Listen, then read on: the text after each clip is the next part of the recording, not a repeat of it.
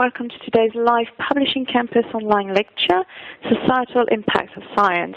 My name is Gail Hull and I will be moderating this event. We're going to begin with a 25-30 minute presentation that will be followed by a question and answer session. You can send your questions to us at any time during the presentation. Just use the Ask a Question button on your screen.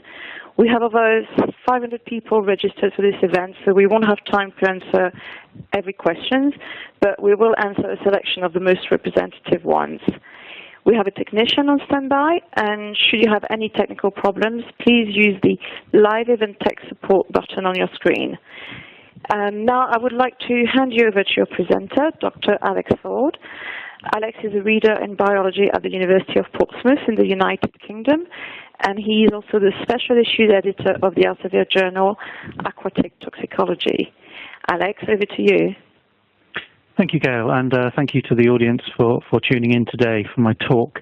What I'm going to do is give a little introduction to impact in science, but primarily I'd like to give a case study which I've entitled Prawns on Prozac, which is a piece of research that I've been doing over a number of years, which has had considerable media and public interest and has had some impact on society in some ways which I'd never imagined, and is still in some ways work in progress in terms of the impact that it could have in other areas, and I think they'll become quite obvious as I go along.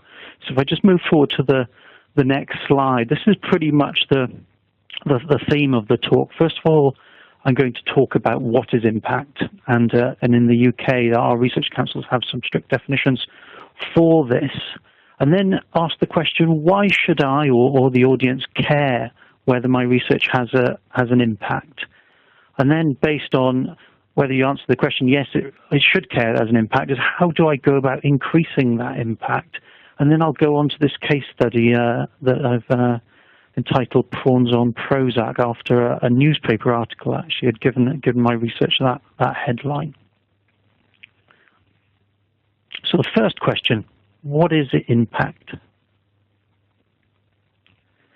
So the research councils of the UK, RCUK, give it a demonstrable contribution to excellent research makes to society and the economy, either by fostering global economic performance and specifically the economic competitiveness, increasing the effectiveness of public services and policy, and enhancing the quality of life, health, and creative output.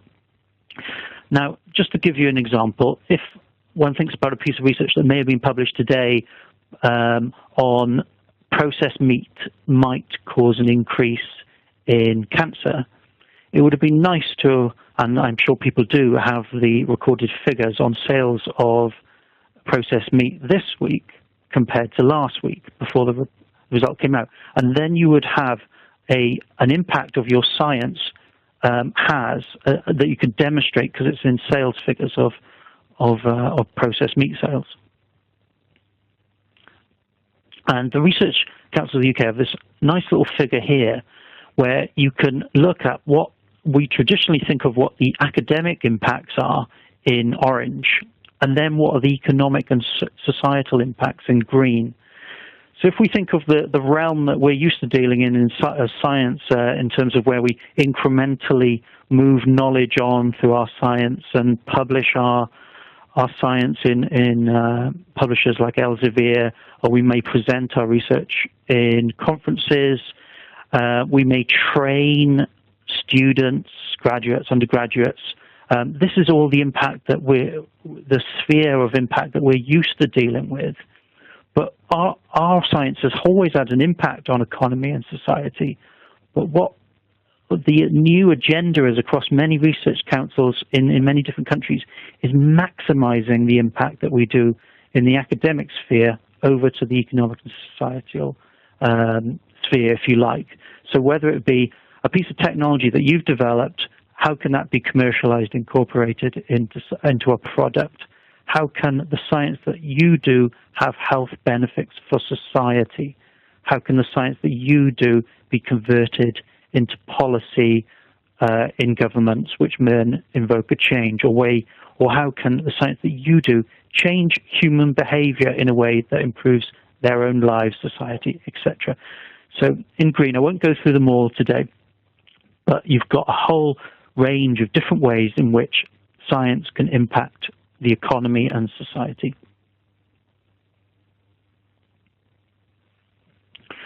So the impact agenda is to deliver the widest range of benefits for the economy and society, recognizing that there is a knowledge exchange between academia, the public services, and the third sector, or industry, if you like. And what it is getting the scientists to do is think about how can this knowledge exchange be maximized? How will the public services or industry ever get to know about your research if you don't disseminate it and communicate it in a good way?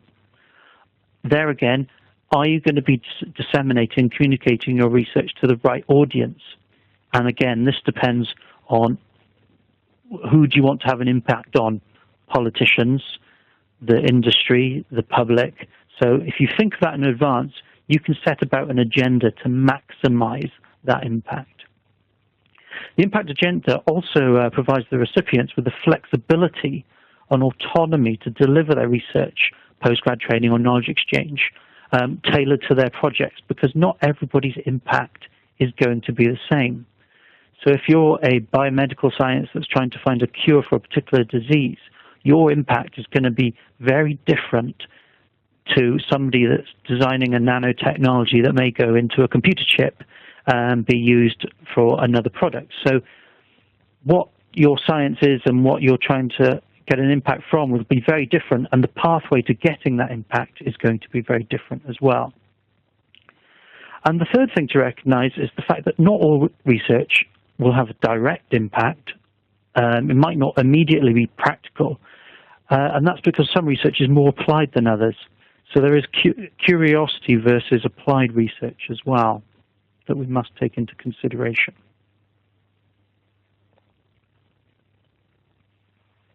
So why should I care about whether my research has an impact?